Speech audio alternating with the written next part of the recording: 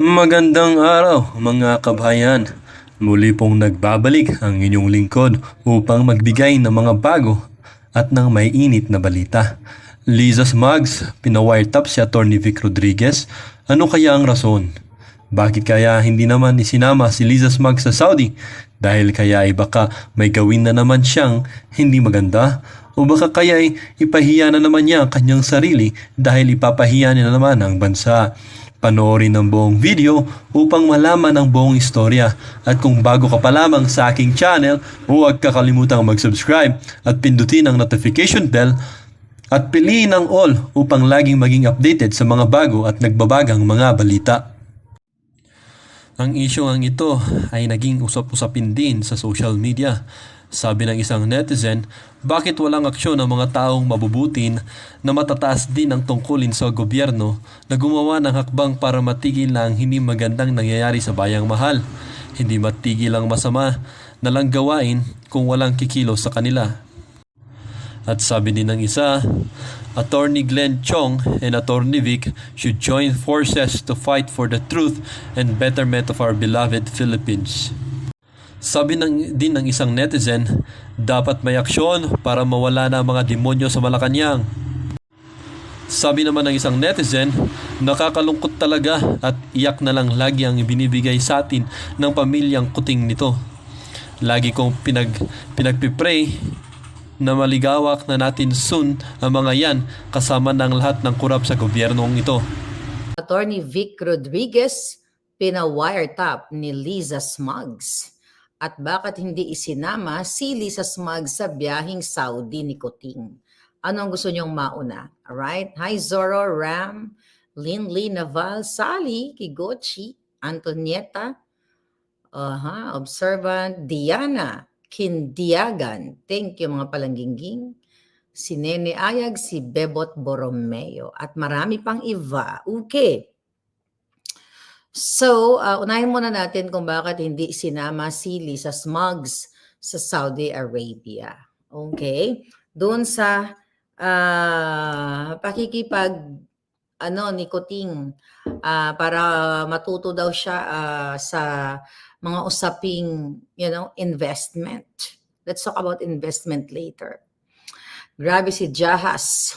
Okay? Talagang walang hiya. Okay. So, napansin ninyo bakit wala si Liza Ahas Smugs doon sa pagpunta ni Kuting sa Saudi Arabia. Napag-alaman palangga ng ating puting ahas na may niluluto siya, okay?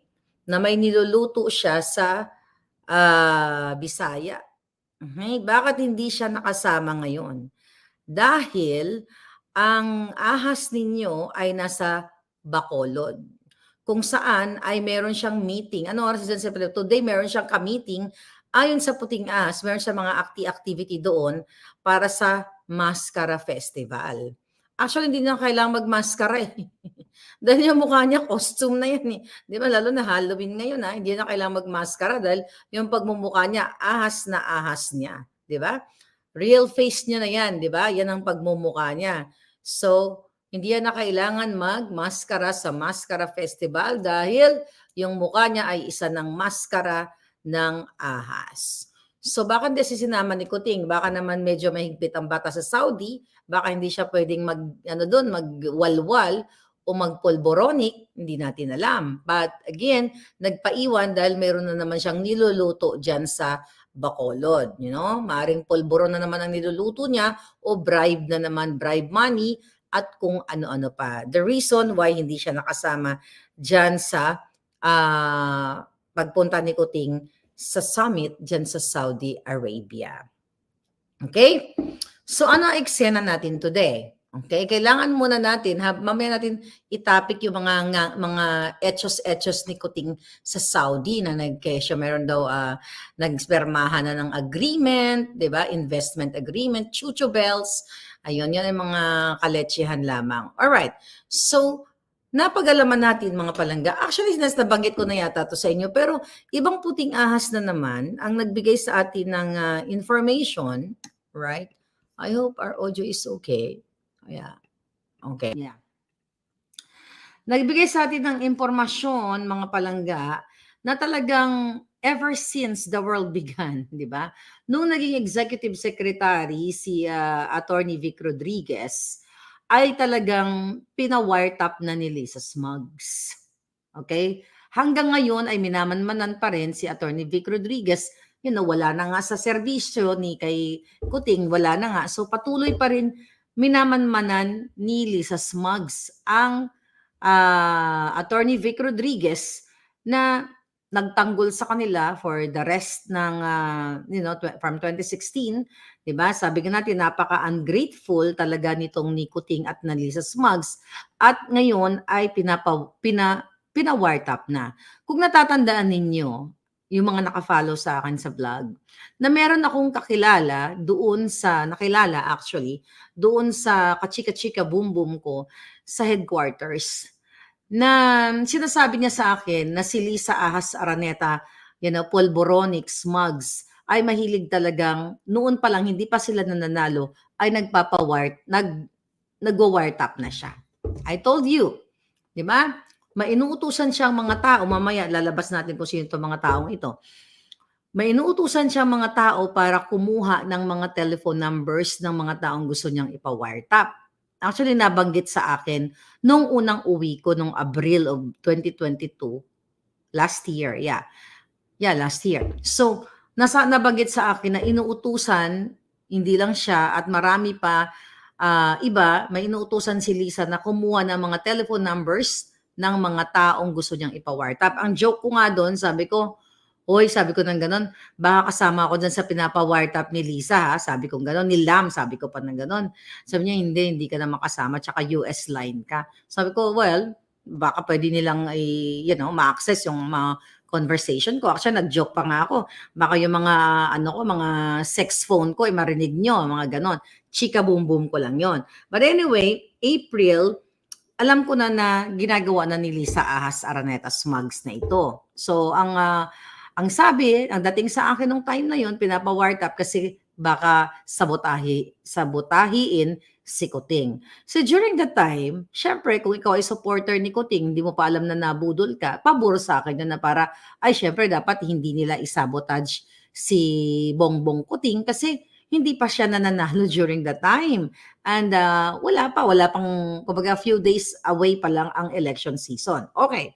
So, yun yung tungkol sa wiretap. So, yung nag-wiretap kay Attorney Vic Rodriguez na inutusan ni Lisa Smugs at ipapakilala ko ang mukha niya. Okay?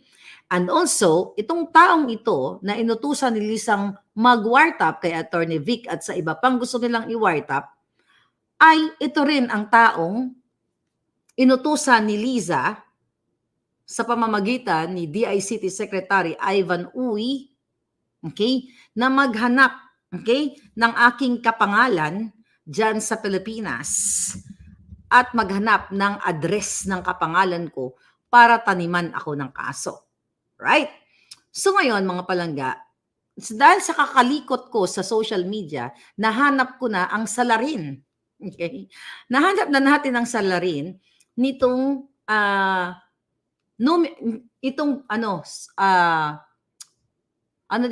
hindi suspect di ba? Ang behind the scene ng pag-wiretap kay Attorney Vic at sa paghahanap ng kapangalan ko at peking address and also sa pag-hack. Pero bago ang lahat, mga palangga, kung natatandaan ninyo nung January, itong year na ito, ay nag-video si Lisa Ahas Araneta Smugs tungkol sa tungkol doon sa pakikialam niya ng appointment, okay, sa ating gobyerno, particularly yung ISAF. Okay?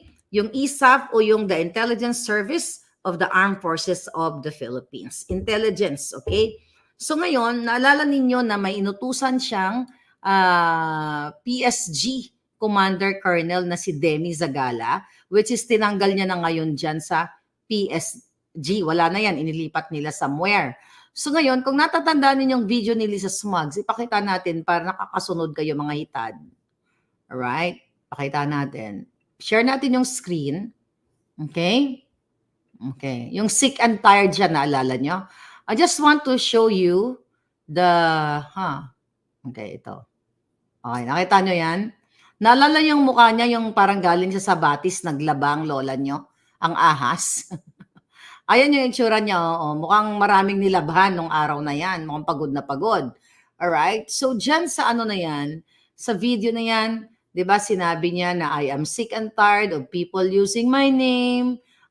Sabi niya, I just want everyone to know that I have nothing to do with ISAF. Sabi niya, I don't know the people involved. And they said, di ba ganun siya magsabi, I don't know the people involved. And if I found out somebody's using my name, I shall tell my husband not to appoint you. Sabi niya, so I hope this is clear to everyone. Yun ang sabi niya dyan. So ngayon, okay, tanggalin ko na yan. January yan. Right? Then, may pinarinig ako sa inyo na voice message, audio message ng kanyang social secretary na si Bianca Zobel Ayala. Okay? Bianca Zobel Ayala. Ito paparinig ko para mabalikan natin ang kwento. Okay? So, ito yung boses ni Ayala, ng kanyang social secretary na walang ginagawa dyan ngayon sa Malacanang, kundi magpa-social-social sila. Okay, here. Do some extraction. Mandali. If it's possible. Hindi. Hi, Emerald. Ay, hindi yan. Ito. Liz, hi. Sorry to bother you, but I just got a call from Thor, and they're a bit concerned because they've gotten an order daw that the chief of ISAP is supposed to be changed by Tuesday, and there are people that are out to do some extraction. If it's possible to just keep the ISAP as is daw para hindi magulo yung extraction kasi 2 weeks pa yata or something like that. Or please call Thor. I might be saying the wrong things, but Thor needs some needs help from you. Thank you. Okay.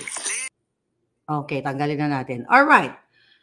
So, nung naglabas siya ng video na pinakita ko kanina, okay, na wala daw siyang kinalaman sa appointment, di ba? Sa mga pag-a-appoint, which is hindi totoo. Okay? Kasabay na like I think like couple of days ko lang, pinarinig ko yan sa inyo ang boses ng kanyang social secretary kung saan pinag-uusapan nila na ayon dito kay Bianca na nakatanggap siya ng tawag mula kay Thor. Alias yun, mga palangga.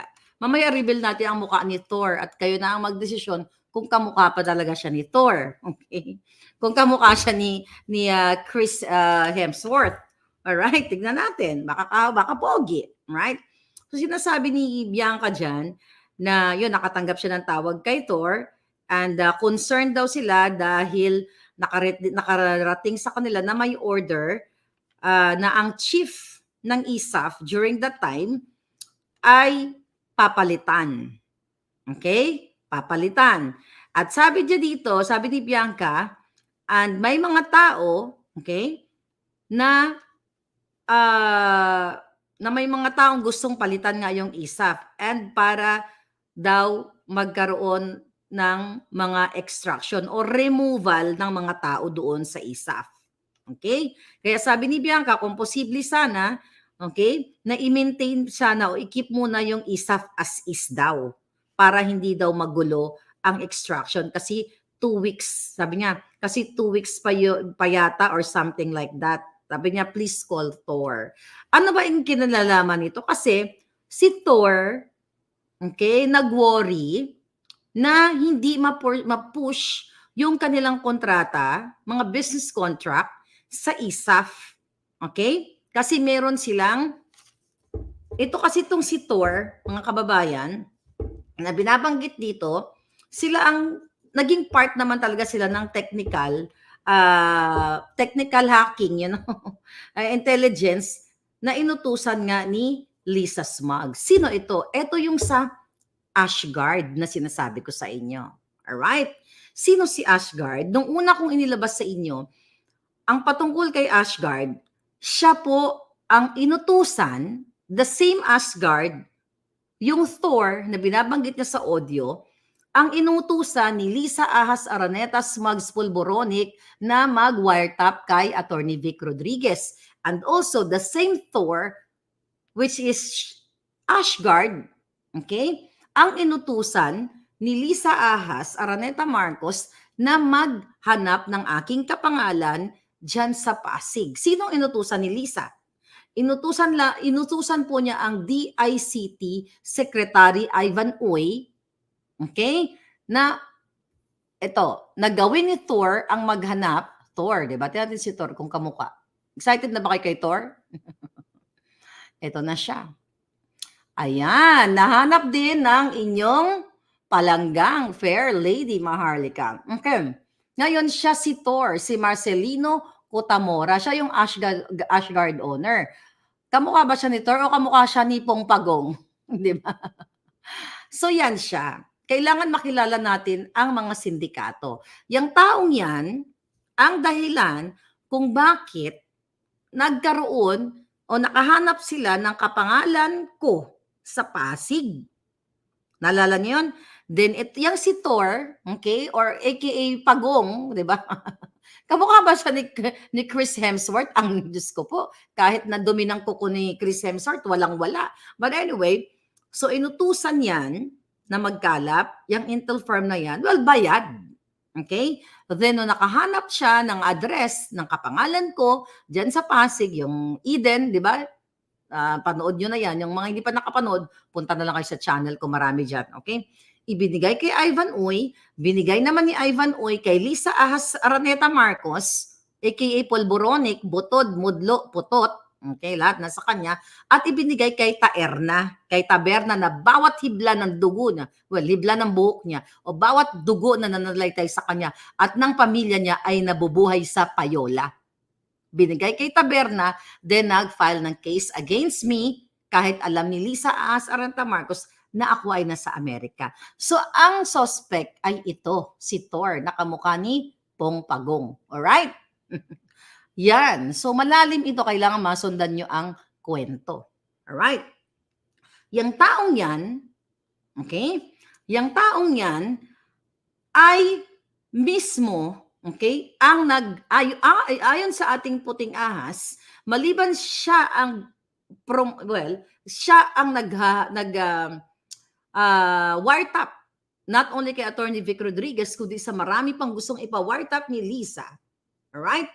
Siya din ang, actually, pati pala si Clarita Carlos ay na-wiretap din nung siya ay nasa NSA pa. So imagine, si Clarita Carlos ng NSA, kaya pala naligwa ka. Baka marami kang chinichika-chika boom-boom, yun no, nalaman ka, kaya niligwa ka ni Lisa. At ikaw at si Attorney Vic, okay, ay pina-wiretap. Ngayon, ano nangyari dyan mga palangga? Dahil nung executive secretary pa si Attorney Vic, okay, syempre ini-screen, di ba, yung mga i-appoint. Okay? So yung si Thor, aka Pagong ng Ashgard, ay meron silang mga gustong ipa-appoint during Vic Rodriguez time. So dahil hindi napagbigyan, nagsumbong kay Lisa Smugs. Okay? Kasi nga naman, ginamit siya ni Lisa, di ba, para mag-wiretap during the campaign, then hindi mapagbigyan yung kanyang hiling sa mga business niya, sa future business niya sa ISAF. See? Now, nasundan nyo na. Ngayon, mga palangga, okay? So, yung taong yan ay patunay na kasangkot, kasabwat ni Lisa Ahas Smugs at ni Kuting ng Norte na mga sindikato. Imagine niyo, di ba? By the way, yung audio na pinaparinig ko sa inyo, hindi ko naman winartap yan. Di ba? Yung kausap niya, yung kachika-chika niya dyan, yun know, sa loob di Malacanang, senior lang sa akin. Hindi man ako nag-wiretap. Hello? Ngayon, ano pa ang mga eksena, mga palangga? Okay? Eh, yung si Thor o Pagong, okay, siya talaga ang kasabwat ngayon sa mga technical operation, lalo na ang pag-hack ngayon. Siya din, mga kababayan, ayon sa ating puting ahas, ang inutusan ni Lisa Smugs, nila Ivan Uy, na i-hack me or prank hack, di ba? Sa House of Representatives. At baka yan din siya. Hindi nakarating sa atin na kung siya ba ang nag-hack sa PhilHealth. Okay? Baka yung taong yan at ng kanyang kumpanya ang nag-hack din sa PhilHealth. But ayon sa ating puti nga, siya ang napag-utusan ni Ivan Uy at ni Lisa Smugs na i-hack kunyari ang nilatambaluslos ang House of Representatives website. 'Di ba? Nung nung nabukilya ni Sas yan, okay, na hindi naman pala nag-hack. 'Di ba? Na-vlog na natin na nag-release ng statement ang Secretary General ng House of Representatives na ay hindi naman kami na-hack. It's a prank. Kasi ang hacker, sila. Not only hacker, 'di ba? Ang nagwo-wiretap. Ngayon, kung natatandaan ninyo, nabanggit ko to sa mga vlog, mga previous natin na vlog dito. Yang si Tor o aka para sa akin, hindi naman siya mukha ni Tor, 'di ba? Kamukha siya ni Pong Pagong, 'di ba? Ay affiliated din sa tinatawag na Avengers na mga grupo ni Lisa kung saan ang namuno ng mga Avengers na grupo ni Lisa, 'di ba? Mga scavengers actually. 'Di ba? Mga scavengers ng pera ng bayan. Lahat gusto nilang nakawin. Right?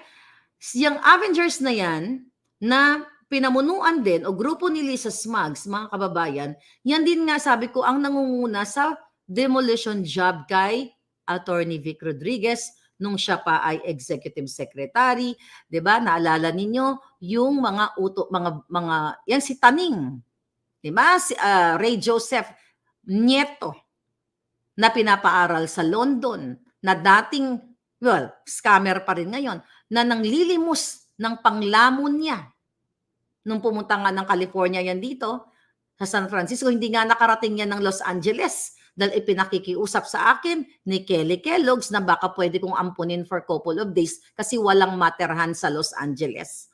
Anong sabi ko kay Kelly? No, Kelly. I don't like him. He's a scammer. 3 tao ang nakiusap sa akin na patirahin ko. Imagine mo, magpapatira ako ng ahas kung naging Shongabels ako. Yang si RJ Nieto. Hindi nga nakapunta ng Los Angeles yan dahil walang pera. Nang lilimos lang noon. Din ngayon, pabalik-balik sa London, anong ibig sabihin yan? Bagman ni Lisa, paaral ng pera ng bayan. So yung grupong yan, at yung grupo ni kasama yan si Taning at sa si Taerna, na lahat sila, bawat dugo na umaagas sa kanila ay galing sa payola. Kaya sila nabubuhay. Okay? Ngayon, yung Avengers Group ni Lisa, ay sabi ko nga, yan ang kasama si Taning at saka si Tuning, ang grupo ni Lisa na kung saan mga palangga ay sinisira ang mga taong gusto nilang sirain. Hindi lang si Attorney Vic, kasama na ako dyan. Right? Ngayon, ano ang nangyari dito? Dahil nga itong si Thor, during that time, natatakot na baka hindi ma-appoint yung mga gusto nilang ipa-appoint and also yung mga businesses nila dyan sa ISAP, kaya nagsumbong si Lisa Smugs. Kaya the reason why na tinanggal ni Lisa Ahas si Attorney Vic Rodriguez, hindi dahil sa issue na conflict of interest. Kasi yun ang pinalabas nila, di ba? Doon yung binira ni Taning at ni Tuning. Kasi yung conflict of interest na sinasabing nag-appoint si Vic Rodriguez doon sa PPA na si Pastrana, yun ay related sa, yung business partner, related sa kanyang asawa, Eh nag-appoint nga sila. Ito, mga buwakan ng Genimis, ito pakita natin. Ito nga si Lisa Ahas Smugs. If you talk about conflict of interest, mga kababayan, para masundan nyo lang. Okay? Saan na yun? Yung mga pinag-appoint niya. Alright. If you talk about conflict of interest, yan ang ulo ng ahas. Diba? Imagine mo yung unahin natin dyan, ang kanyang pamangkin, ang kanyang inaanak sa kasal na si Paul Soriano na may negosyo sa entertainment at hinahawakan ang diba, ano siya, Presidential Advisor on Creative Communications. Hanggang ngayon, di pa rin nila sinasabi kung niligwak na nila o hindi. Yang si Paul Soriano, Hindi ba conflict of interest na lahat ng communications, okay? Lahat ng mga activities na may kinalaman sa entertainment and communications ay dinadaan niya sa kanyang company. So that's conflict of interest. Yan si DSHUD Jerry Acuzar, 'di ba? Nasa housing 'yan. At si Lisa ang nag-appoint niyan. Ano ang negosyo niyan? Builders 'yan. So definitely, kung builders ka tapos hinahawakan mo yung housing department, that is conflict of interest. At marami pang iba. Yan, no? Nakita niyo yung mga in-appoint niya. Kulang pa nga yan, mga palanggay. Okay. So kung yung premise niya ang titignan natin na si Attorney Vic dapat ay tanggalin. Well, tinanggal na nga nila dahil nag-appoint ng tao sa PPA na ang negosyo ay may kinalaman din sa kanyang hawakang pwesto. Pero bakit niya in-appoint yung mga nabanggit natin? So hindi totoo na tinanggal si Vic Rodriguez dahil sa may conflict of interest, kundi si Attorney Vic Rodriguez ay sagabal sa smuggling business nila ni Lisa Ahas Araneta Smugs. Yan ang katotohanan, mga palangga. Ngayon, ang sinasabi ko nga sa iyo, nung time na yon, takot kasi itong sila, yung mga kasabwat ni Lisa, nung si Rodriguez pa, ang executive secretary, na hindi maupo yung mga tao nila. Okay? Dahil nga, mga palangga, yung kontrata nila, okay, maaantala dyan sa AFP and PNP. Kaya si Thor nag-message kay Bianca sa social secretary na, take ka muna, baka pwedeng, i-maintain muna as is ang chief of staff, di ba, sa ISAF. Kasi, paintayin muna after 2 weeks, di ba? At mga kaibigan, ayon sa Puting Ahas, okay, kasapi yung mataas na general dyan. Okay? Papangalanan natin later on. Okay? Ngayon, I think, chief of staff pa siya sa AFP, di ba? At kasabwat din ni Lisa Smugs yan. Okay? Isang mataas na opisyal. Magkakasabwat sila ngayon ng Ashguard sa pag-wiretap sa mga taong gusto nilang i-wiretap. So, napaka-delikado na sa Pilipinas. Imagine mo, tinanggal na si Attorney Vic Rodriguez, sinira na nila yung tao, pero ngayon wina-wiretap pa rin. Ibig sabihin, hindi sila makamove on. Diba? Bakit wina-wiretap pa rin itong si Rodriguez na wala na sa posisyon? Ibig sabihin, may saltik talaga to si Lisa Smugs, mga palangga. May saltik talaga ang ginayupa. So nakita na ninyo yung ang takbo ng natin ng gobyerno. So ang punot dulo, maliban sa reyna ng smuggling, si Lisa Smugs, dahil nga ito kasama niya yung si Jung. Hello, hi. You guys are great. Thanks for the support. Okay, thank you very much. Sama-sama tayo. Babago muli. Diba? Kapike-pikean. Diba? Sama-sama tayong babangon muli. Yung pala, sama-samang babagon muli ang kanilang illegalities at ang mga smuggler. Okay? Ulitin natin, yung si Michael Ma ay wanted yan sa Kongreso. When I say wanted, pinatawag yan sa Kongreso noong January 29. Pinangalanan yan, isa siya sa pinangalanan. So, nung nalaman ni Lisa Ahas Araneta na pinatawag si Jung niya, di ba? Hindi mo nga alam kung sexmate sila o panganay ba niyang anak doon sa kay, puno ng mangga. We don't know. Di ba? But anyway, di ba? Pinatawag yan si Jung. Ano ginawa ni Kuting ng Norte at ni Lisa Smugs? At ni Tambaluslos at ni Zubiri? Diba? Like 2 days after, nagkaroon sila ng legislative agenda. After that, canceled na ang hearing sa Congress sa smuggling. Kaya sabi ko nga, dahil sila pala'y magkakasabwat. Franz Imperial, Undersecretary na sa Presidential Communications. Martin Araneta, ang prinsipe dyan sa Bureau of Customs. Ayan si Michael Ma, Jung. Okay? Ito pa, magkakasabwat sila. Okay? Ang DICT Secretary. Nasaan na yung DICT dito? Alright. Ayan pa yung ano nila, oh. Asan si DICT? I hope makita natin si DICT. Alright. So ngayon, mga palangga, si Ivan Uy. Kasi part din siya dyan ng ano na yan, yung company nila. Okay? Ito na. Makita sa but anyway, mga kaibigan, so nakikita ninyo yung flow. Marami pa tayong mga chika boom boom.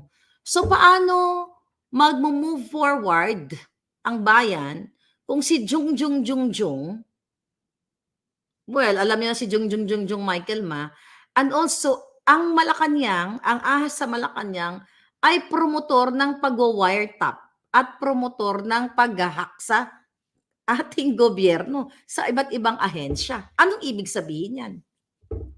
Diktador, sindikato, mafia ang gobyernong ito.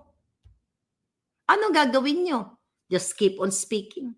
Keep on going. Sumabay kayo dahil palulubugin natin sila sa katotohanan. And also, mga palangga, nakarating sa atin, okay? Ang ginagawa ni Lisa Smugs, tinitira talaga si Attorney Vic Rodriguez. Pakita ko sa inyo yung picture. Sinusundan ko si Cheryl Cosim ng Channel 5. Actually, I like Cheryl Cosim kasi na-inspire ako dun sa, may kapatid kasi siyang may special needs, di ba? Sinusundan ko siya, lagi ako nagla-like doon. Kasi I'm so, I feel her. So, naintindihan ko yung mga ganong pagmamahal sa ating mga pamilya. Sinusundan ko siya. So, nakita ko to. Alright? Yung picture niya with Attorney Vic Rodriguez, that's a couple of days ago. Ayan. Sabi niya, okay? Basa niyo, di ba? Kumusta na ba ang dating little president? Still convincing and hoping he grants me the long overdue exit interview. So yung picture ni Cheryl Cosim, nakita ko, sabi ko, abangan ko nga tong interview ni Attorney Vic. Maya-maya na wala. Tignan nyo, wala na yan sa kanyang Instagram. So naghanap ngayon ako ng source para mag-explain sa atin. Bakit nawala ang picture ni Cheryl, ni Attorney Vic with Cheryl Cosim? Napag-alaman natin, mga kababayan, na pinatawagan ng opisina ni Lisa Smugs ang Channel 5 at tinakot. Ano yung pananakot, mga palangga? Na wag i-push through ang interview ni Attorney Vic with Cheryl Cosim. And I hope Cheryl Cosim will stand, diba? Stand with Vic. Kasi i-interviewin lang naman niya eh. Wala na sa gobyerno. But nakakaawa din dahil si Cheryl ay nagtatrabaho yan. Meron siyang special brother na kailangan syempre ng tulong ng financial at aruga. Pag tinanggal yan, pag pinush na yung interview kay Attorney Vic, baka paligwak siya. So nakakatakot. Kasi diniktahan ng office ni Lisa Araneta Ahas Smugs na wag ituloy ang interview kay Vic. May natanggap ang tawag ang Channel 5. Kita niyo kung gaano kahinayupak ang gobyernong ito. Diktador. Bakit ayaw ngayon? Ito naman si MVP, okay? Si Manny V. Pangilinan, na owner din ng PLDT and Meralco, medyo bumahag ng konti ang buntot. Natatandaan niyo yung expose ko last year nang sinabi ko sa inyo na hiningan ni Martin Araneta, ni Lisa Ahas Smugs, si MVP ng 600 million for merging of ABS-CBN and TV5. Di ba hindi natuloy yun? Dahil nabukela yun sa Kongreso. Okay? Na mayroong lalabagin na batas. So ngayon, tinatakot ni Lisa Ahas Araneta Smugs, Polboronic, Butod, Putot, Mudlo, Smugs, Magler, lahat na nakayupan na sa kanya. Tinatakot ngayon ang Channel 5 na wag ituloy ang interview with Attorney Vic Rodriguez. Dahil pag hindi sinunod si Lisa, liligwakin nila ang franchise renewal ng Meralco. Okay? Actually, ang dinoble check natin, ang Meralco franchise renewal ay due na sa 2028 by June. I think June 9. And also the PLDT, magju-June na rin by November. So, magche-change na, di ba? Kung makakaabot si Kuting sa 2028. Pero kung maligwak na siya anytime soon, itong lahat ng pananakot ni Liza sa Channel 5 ay mababaliwala na ito. Pero syempre, itong mga negosyanteng ito, alam nila na kaya silang gipitin ng gobyerno. Ang point ko naman, kung ang Channel 5, si Manny Pangilinan, ay tama naman ang kanyang negosyo. Di ba? Wala naman siyang nilabag. Katulad ng ABS-CBN, nagpapasweldo siya, yung ownership, 100% owned Filipino, yung mga requirement ng batas. Bakit siya matatakot? Di ba? So dapat, ibukelya na rin na binudol siya ni Lisa Smugs ng 600 million. Actually, may kinontak ako, like, I think couple of weeks ago, tinatanong ko yung mga alam to, open book to sa sa Channel 5. May tinanong ako na sabi ko, kumusta na ba? Wala bang balak bawiin si MVP ng 600 million kay Lisa Smugs? Ang sabi sa akin, ako, mukhang malabo po mangyari yan, ma'am. Okay?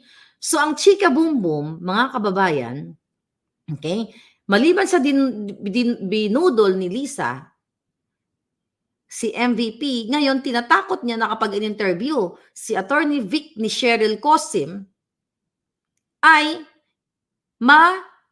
mapupurnada ang kanyang franchise renewal sa 2028. Ang tanong, baka itong hinayupak na Lisa na to ang mapurnada, mga palangga. Alright? Sabi ni Boy Calmado, pwede bang maging bribe for impeachment ground for impeachment ang kay Tambalosos? Yes, mga palangga. Of course. Pero sino ang kikilos? Dahil diktador. Pero hindi sila magwawagi dahil social media age na tayo ngayon. Kaya ngayon lalo silang nagmamadali. Napapansin ninyo, di ba? Lahat sila. Chinika ko na sa inyo, in-expose ko na sa inyo, nagpapatayuan ng bahay. Reyna Lawrence, thank you palangga. Sabi ni Reyna, keep safe always palangga. Salamat sa pambubulyak mo sa mga walang hiya. So, imagine niyo mga kababayan, wala na si Vic Rodriguez. Ayaw pa rin nilang tantanan. Ayaw tantanan ni Lisa Smugs. Nakita niyo yung nila, yung what do you call it? Yung style nila. Remember, Bonjing, di ba? Ano ginagawa kay Bantag? Ano ginagawa kay si Teves, di ba? Ginipit nila ng ginipit yung tao. Anong ginawa sa tatlong vloggers? Tinakot. Nakakasuhan. Anong ginawa kay Maharlika? Tinamnan ng kaso. Nagpahanap sa Ashguard ng address at kapangalan ko sa Pasig para to intimidate me. Akala kasi nila na kapag binroadcast nila at tinakot nila ang isang Maharlika, ay babahag na yung buntot ko. Sabi ko nga palangga, hindi pa ipinapanganak ang taong magpapabahag ng buntot ko kung lalaban sila ng parehas. Huwag lang silang gagamit ng puwersa at gugurgurin ako ng bonggang-bongga. Kung gusto nila ng harap-harapang laban, yung i-announce nila, hindi ko uurungan kahit si Kuting. Lahat sila, kahit si Tambalosos, kaya kong i-flying kick yan. Kaya kong ilubog sa kumuno yung mga yan. But ang kalaban natin is very Lisa Smugs. Traidor. Sa tingin nyo, lalaban ng parehas siya mga yan? Kung lalaban sila ng parehas, susuot ko yung boxing gloves ko na may perma ni Pacquiao. You know what I mean? Pero hindi nila sila lalaban. Patraidor nga. Kita mo, buwaka ng inang First Lady Smugs. Na siya ang promotor ng lahat. Di ba? Recently, kahagabi, vlog natin, na si Kuting ay na-surprise. I'm a bit surprised. I'm a bit shocked. Dito sa pagperma ng memorandum na kung saan pinatitigil muna ang implementation nitong Maharlika Fund. Pinirmahan, coming from his office at through Bersamin, October 12, 'di ba? Then yesterday, the other day ba? October 12 pinirmahan ni Bersamin na i-hold muna yung IRR ng Maharlika Fund. Then after 7 days, nagbigay ng litanya si Kuting na na-shock siya. So sabi ko nga, di lutang ang buwaka ng ina. Siyang pumirma ng batas na yan. Ngayon, naisip-isip ko, habang ngayon na-realize ko na baka yan ang gagamitin kay Bersamin na grounds para tuluyan na rin siyang ligwakin. Kasi sabi ko nga sa inyo, nag-aaway-away na sila dyan sa loob, sa pangangamkam. Diba? At ngayon, si Kuting ay nasa Saudi Arabia. Anong ginagawa niya sa Saudi Arabia? Mga kababayan, nagyabang na naman ng kasinungalingan sa ating bayan. Ano ang sabi niya? Alright?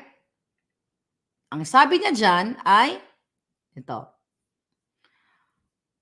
nagkaroon ng, okay, asan yung drama niya dito kanina? Kinausap niya yung mga business leaders. Okay? Sabi niya, business leaders in Saudi Arabia expressed their warm response to the Maharlika Investment Fund. Iniyabang niya, pero sa atin, sa Pilipinas, naka-hold, on hold. At mayroong memorandum to hold the Maharlika Fund. Pero iniyabang niya sa Saudi. Okay? Doon sa mga investors. Okay? At sinasabi dito sa kanilang article sa Presidential Communications na nagpapakita daw ng interest itong mga business leaders dun sa Saudi. O sabi niya, okay?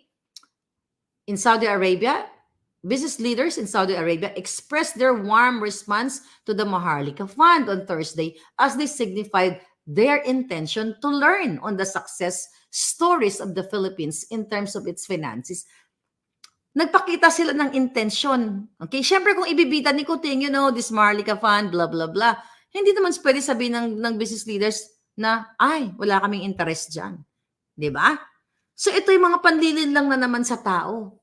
Okay? So, binibida niya na maganda ang what? Ang istorya nitong Maharlika Fund. Hindi nga maganda ang istorya. Naka-hold nga eh. October 12 nga, di ba? May memorandum. Ibig sabihin, pinaggagago niya yung mga business leaders sa Saudi Arabia. O, sabi ng Presidential Communications in his opening remarks during the roundtable with the business leaders, Saudi Minister of Investment, Minister Khalid Al-Falih, said that Saudi investors are eager to learn from the Philippines' finances, being one of ASEAN's most exciting markets. Okay, that's good. Okay, Al-Falih added that Saudi's business communities are particularly interested about the MIF. Kasi binudol siya nila ni Kuting. Di ba? Siyempre, kung anong chinichika niya doon, kinuwento niya na, maganda ang Maharlika Investment Fund, you can invest in our country, da. Pero ang totoo, naka-hold. May memorandum yan eh. Nag-fake news ba tayo dito? Ibig sabihin, binubudol niya ang mga taong kaharap niya, mga kababayan. Ano pa sabi dito ni Kuting? Okay. Di ba? Pangloloko. We want to connect you to key Saudi investors with impressive success stories to share and with the desire to continue building with international presence by investing with partners across the globe, the Philippines being a key one. Okay, that's good. I am pleased that we are joined today by leaders in the sector of Saudi Arabia who are eager to learn more about the investment opportunities. Yun nga yung, nabasa ko na yun. Yun nga yung Maharlika Fund. And also, sabi dito, Mulkan Al-Bakri, Executive General Manager of Public Investment Fund of the Kingdom of Saudi Arabia, expresses interest. Sinabing express lang, pwedeng magbago yung feelings niya. Siyempre, during the roundtable meeting, alam naman, pag sinabi, this Maharlika Fund is really good, maybe you can invest in our country, this, that. Tapos, alam naman sasabihin niya na, sasabihin nitong, General Manager, no, we don't like it. Hello? Of course, okay, magpapakita talaga ng intention. Oh yeah, plastic lang. Di ba? Ganun naman ang mga, drama-drama, mga business leaders. Oh, ano pa sabi dito? Anyway, it's all bull, mga palangga. Okay? Okay. At the forefront of these opportunities is the recently launched Maharlika Investment Fund, the Philippines' first ever sovereign investment fund designed to drive long-term economic development through increased investment in high impact sectors, sabi ni Kuting. Di ba? Pinagmalaki ni Kuting doon. Di ba? At the forefront of these opportunities. Binibida niya ang Maharlika Investment Fund. Meron niyang loopholes. Sabi ni Kuting, we look forward to benefiting not just from Saudi investment, but also from the kingdom's extensive It's a bull. Ngayon mga palangga, umaray nga ang Land Bank of the Philippines, ang Development Bank of the Philippines, na, nasisira yung kanilang operations, ang kanilang naapektuhan yung pagbabayad nila sa kanilang mga utang ng bangko, pagpapasweldo, lahat. Dahil na inilabas nila ang total of Development Bank and Land Bank, total of 75 billion dito sa Maharlika Investment Fund na yan, na inisyuhan nila ni Bersamin ng memorandum to hold that investment fund. Ano binibidabidahan ni Kuting, pinaglaloko nila tayo. Na eager daw ang mga taga-Saudi. Kung totoo, di ba? Kung totoo na sila talaga ay eager, binudol pa rin sila kasi on hold. Para ka nagpo-promote ng produkto mo na hindi pa tapos. Binenta mo na yung produkto mo, pinromote mo na eto, ganyan-ganyan. Hindi mo pa alam kung ang lasa ng produkto mo mapait pala o maalat o sobrang tamis. Naka-hold nga eh. So very budol talaga itong Kuting na ito. Although, doon sa bidabidahan nila na nag-sign ng what do you call it? Ng investment agreement, okay? Nag-sign daw ng 4.26 billion ang Saudi, ng mga business leaders, 'di ba? Sa ating sa Pilipinas. That's a lot, 4.26 billion ang alaga. Kung yan ay makatotohanan, okay? Kasi agreement pa lang 'yan. Ano yung terms? 'Di ba? Saan i-invest? Sino ang magmamanage? Malamang sila lang naman. Remember the Okada dispute? Di ba si Lisa As, Araneta Smugs at si Tambaloslos ay tumatanggap ng bribe yan hanggang ngayon sa kasalukuyan. So itong 4.26 billion na agreement from the Saudi people sa atin daw, sabi nila, ilan na naman ang bribe at kakamkami ni Lisa As, Araneta Smugs? Sino ang magiging partner ng mga investors sa Pilipinas? And also, sinabi ng kanilang ng taga-DTI, sinabi ng taga-DTI at ng economic advisor ni Kuting na ang yung mga Saudi investors ay magtatayo ng, ito naloka ako dito palangga, magtatayo ng facility sa Tanza, Cavite, which is 500-person training facility. Nag-sign sila ng Memorandum of Agreement between Samsung and EEI Corporation na kung saan ititrain ang mga Pilipino para gawin silang skilled worker para isend eventually sa Saudi Arabia. I'll talk about this. Mag-i-invite. So ang plano, magtatayo ng 500 person training facility para i-train sa Pilipinas. Okay? At yung company na yon ay pagmamay-ari ng mga Arabs. Then, yung 500 na na-train na sa Tanza, Cavite ay ipapadala muli sa Saudi. Nasa na yung pangako ng buwaka ng ginang Kuting na hanggat maaari, pauuwiin niya ang mga OFW. Di ba? Binanggit na yan na, mga OFW, umuwi na kayo kasi maganda na Pilipinas. Hanapin nyo yun. I think a month ago binanggit niya yun. Pauwi na kasi maganda na yung Pilipinas. Pero, ititrain, tas ipapadala muli sa Saudi Arabia? Nasaan yung saan paglago ng ekonomiya? Ano yung impact nito? Sino makikinabang sa kanila? Di ang mga taga-Saudi, kung talagang gusto mo mag-invite ng investors, mismo ang mga Pilipino dyan mag-work sa Pilipinas, para what? hindi na sila malayo sa kanilang mga mahal sa buhay. Imagine mo 500 na tatay o nanay ito. Sabi mo 250, 250, 250 na nanay, 250 na tatay. Iwalay mo sa kanila, sa kanilang pamilya. Dadalhin mo sa Saudi na iba ang batas sa kanila, yung iba napapatay, yung iba doon ay naaabuso. So, iwawalay mo, buwa ka ng ina kayong lahat. Ang ating mga kababayan, dadalhin sa Middle East at ihiwalay sa kanilang mga pamilya. Kaya ngayon, ang magiging result niyan, mapapariwara ang mga anak. Kasi tuloy-tuloy ang pulburon. Pwedeng maging biktima ang mga iiwan ng 500 skilled workers na ititrain ng Saudi investors. Okay. Napakita natin to. Pag umalis yan, alright, ito. Pag umalis yan mga batang yan, ang mga nanay at tatay na yan na 500, patapos sila mag-training dyan sa Tansa, Cavite, dadalhin muli sa Saudi, pwede silang mapariwara dahil kasabwat pa rin ni Lisa Ahas, ni Tambaluslos, ni Marcos Jr., aka Kuting, yang si Sayarot na yan na exporter ng pulburon at Coca-Cola, not only in Australia at kung saan-saan pa, na pinakawalan nila ng Kuting at Ahas administration. So, kita nyo yung connect.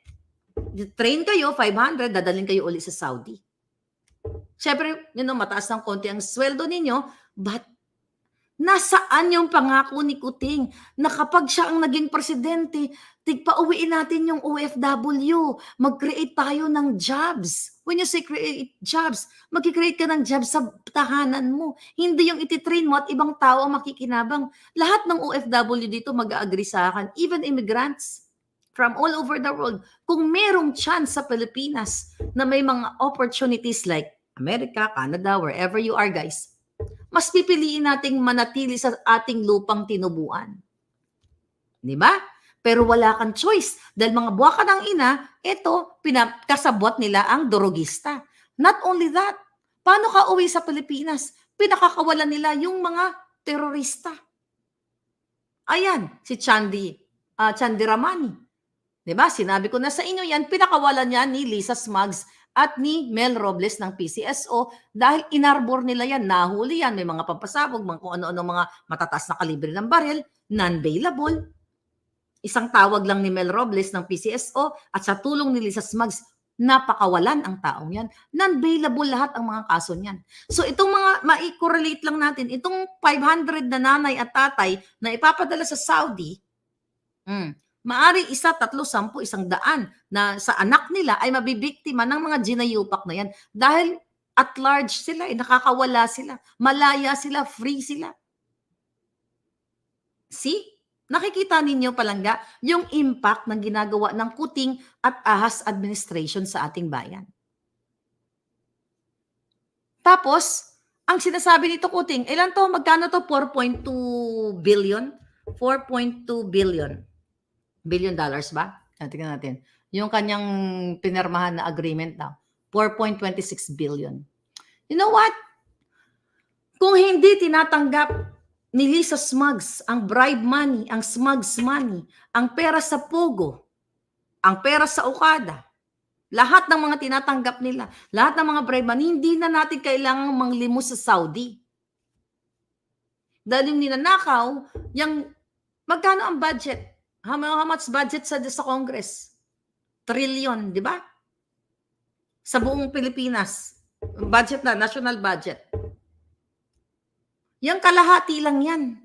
Di ba? Kung hindi nyo nanakawi, mga hinayupa kayo, hindi natin kailangang mamalimos sa ibang bansa para sa mga buwaka ng ginemis na pledges na yan. At magiging alila pa rin ang ating mga kababayan. Kung yan itutok ninyo lahat sa mga infrastructure projects, sa mga livelihood programs, at i-educate ang Pilipino, maging matalino lalo ang mga Pilipino para pakinabangan ng sarili natin, ang mga sarili natin, hindi yung ibang tao ang nakikinabang. Amerika, Canada, Japan, Saudi. Kasi nasaan ba ano ba ang asset ng bayan ng isang bansa? Di ba tao, Pilipino, tayo? Paano tayo magiging asset dyan sa Pilipinas kung gutom? Dahil ninanakaw ni Lisa Smugs ang pera ninyo, nakikipagsabwatan, okay, kay Jung. Ano si Jung? Okay? Favorite na natin ngayon to. Favorite na natin si Jung Jung Jung Jung Jung. jung jung jung jung. Hello, hi. You guys are great. Thanks for the support. Okay, thank you very much. Sama-sama tayo. Babago muli. Yan, o, di ba? Magkakapit-bahay sila si Jung Jung Jung Jung. Ulit, smuggler. Pero binigyan ng PSG. Gwardyado pa. Kaya dapat maging smuggler na lang ba tayo para protektado tayo ng gobyerno? Kasi pag kaya mo mag-deliver ng smugs money, ng kung anong pera, bribe money kay Lisa, mabango ka sa kanya. The reason why, mga kababayan, sa kapapasok lang sa channel ko, o bago pa lang nakita yung pagmumukha ko, the reason why binasura ko yung mga ginayupak na yan. They don't deserve my support. Ayan. Oh, kita niyan, marami pa kang picture niyan, marami pa mga video. Dahil kung gusto ko lang ng pera at maging bag lady at maging jung-jung-jung dyan, mga palangga, hindi na ako bumalik ng Amerika. Hindi na ako nagpapakahirap maghanap ng mga pasyente dito sa Amerika para mabuhay. Nagjujung-jung-jung na lang sana ako. Nandyan na ako eh. But I chose to stand for the Filipino people. Para sa katotohanan. Dahil nung sinuportahan ko sila, punong-puno ako ng pag-asa. Punong-puno ako ng pangarap na maging maayos ang mga Pilipino. Akala ko maging parte ako ng pagbangon. Yung pala, naging instrumental ako ng paglubog ng Pilipinas at hinihingi ko ng tawad sa inyo yan. Although hindi ako ang may kasalanan, dahil hindi naman ako nagnakaw, ni piso wala ako ninakaw sa inyo mga palangga. Pero ang baka ng inang tong jung-jung-jung-jung na to, ayaw tigilan ang kaba ng bayan. At dapat sila ay managot as soon as possible. Now na. Kasi, katulad nito ni Manny Pangilinan ng Channel 5, napakalaking negosyante, pero takot din. Kasi maapektuhan yung kanyang business, ang kanyang Meralco business. Although 2028 pa ang renewal niya. Ang tanong, paaabutin niyo pa ba ng 2028 si Lisa Smugs? Di ba? Hi, Ram. Paabutin niyo pa ba yung ginayupak na to? Nasa mga kamay ninyo. Kailangan ninyong mag-speak up day. But before anything else, mga palangging, lahat ng OFW, nasa Amerika ka man, Europa, okay, UK, and Canada, ayan, may promo tayo ngayon. Gamitin mo ang promo code. Pag first-time user ka, you get $20 free credit. Not 10, but $20 free credit. And you'll get a chance to win shopping spree kapag nagpadala ka ng at least $200 for the month of October. Okay? Going back, mga palangga. Para hindi nyo lang makalimutan, ang promotor ng hacking, ipakita natin ulit ang pagmumukha niya, ang promotor ng hacking at wiretapping sa Pilipinas ay si Thor or kamukha ni Pong Pagong. Ayan. Ayan, nakita mo? Kasama ni Lisa Smugs. Yan.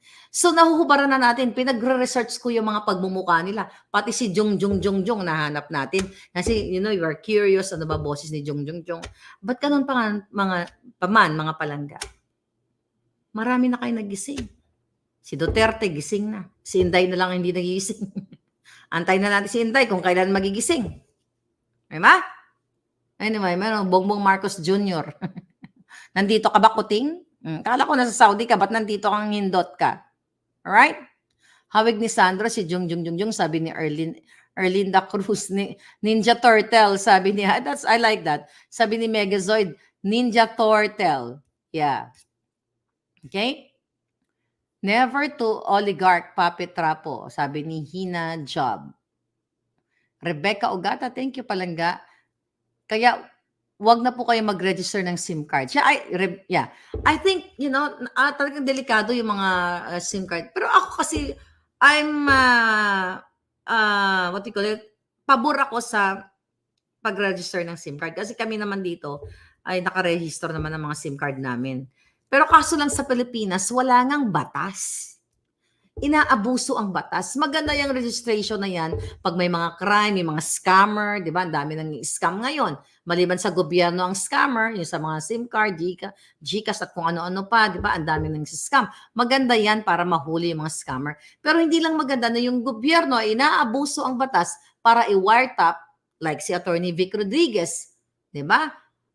Maghanap ng kaso, magtanim ng kaso laban kay Maharlika o laban sa inyo, yan yung pangit. Dahil ginagamit ng hinayupak na Lisa Ahas Mugs ang power ng Malacanang, ang power na binigay sa kanila ng Smartmatic. Isa pa yan. Para abusuhin, para gipitin at diktahan ang mga tao. Again, mga palangga, hindi tayo titigil. Ang isang Maharlika hindi matatapos sa bibigay sa inyo ng impormasyon. Hanggat hindi natin nalulubog sa kumunoy at hindi nagbabayad ang hinayupak na Lisa Ahas Arantas Mags Butod Puto, Mudlo Putot at si Kuting. At lahat ng kanilang mga kasabwat. Muli, this is your Fair Lady Maharlika. Thank you and please share at samahan niyo ako every day. Dahil sabi ko nga sa inyo, kung 100% ang ibinigay ko na support sa kanila noon, I will give my 1,000,000% para durugin ang mga hinayupak. Thank you.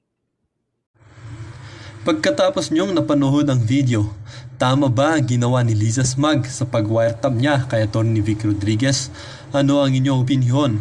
Ang comment section ay laging bukas para sa mga taong gustong magbigay ng kanilang mga saloobin. Muli po, ito ang inyong lingkod, nagpapasalamat sa inyong walang sawang suporta. Muli po, maraming salamat at huwag kakalimutang mag-subscribe and syempre, i-like na din and share mo na rin ang video ito upang maging aware din ang mga kasama mo.